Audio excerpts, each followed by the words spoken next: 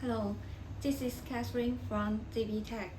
Today we will introduce how to find the bags in the mass of bags in quickly. Now you can see these three marked bags.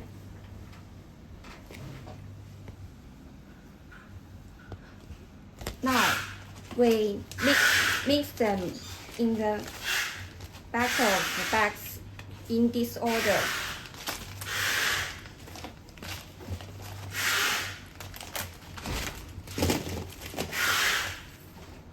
Then we put them in our workstation.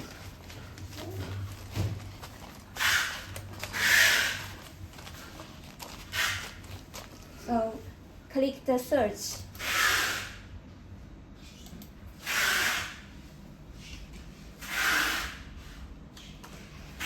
You can see they are flashing.